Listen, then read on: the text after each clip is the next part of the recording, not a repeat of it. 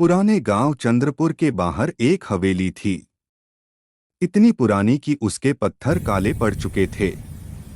लोग कहते थे, जो वहां गया वो वैसा वापस नहीं लौटा। अर्जुन, रोहन, कबीर और नेहा चारों कॉलेज के दोस्त थे।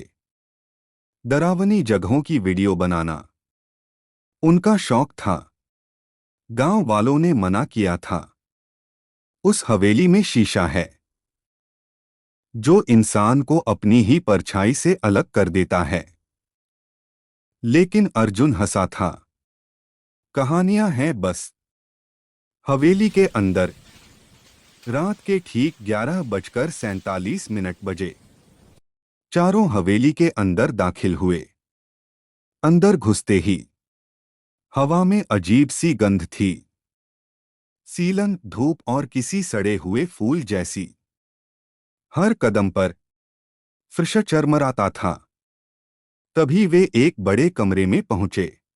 कमरे के बीच में एक बड़ा दर्पण रखा हुआ था, किनारे से थोड़ा टूटा हुआ, लेकिन वो चमक रहा था, जैसे कि अपने आप में जिंदगी महसूस कर रहा हो।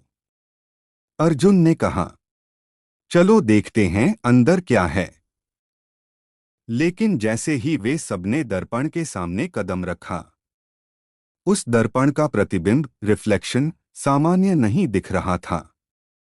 उनकी छायाएं, शैडोज, अलग अलग मुंह बना रही थीं। जैसे कि छाया खुद स्वतंत्र हो और उनका पीछा कर रही हो। हकीकत सामने आती है। अचानक कमरे में ठंडी हवा चलने लगी और दर्पण के अंदर से धीरे धीरे एक चेहरा उभरने लगा। पहले तो धुंध जैसा था, लेकिन फिर वो चेहरा साफ दिखा। एक महिला जिसकी आंखें सूजी हुई थीं और चेहरे पर अजीब सी मुस्कान।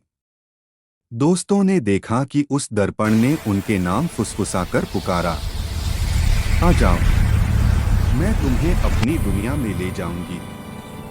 हर किसी के दिल की धड़कन बढ़ गई। भागते हुए कदम। अर्जुन ने भीड़ को रोका और बोला, दर्पण को छुओ मत, हमें तुरंत यहां से निकलना है।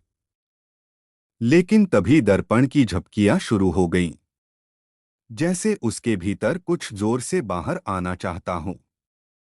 हवेली के फर्श पर जोर से आवाजें गूंजने लगीं।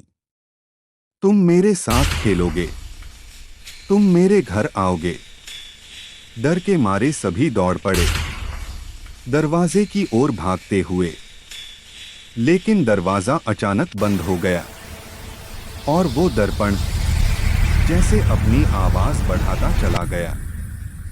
एक भी नहीं बचेगा। अंतिम पल। अंत में अर्जुन ने हिम्मत दिखाई और फ्लैशलाइट दर्पण पर सीधा चमकाया। जैसे ही प्रकाश दर्पण पर पड़ा, एक जोरदार आह निकली और दर्पण टूट गया। दरवाजा फिर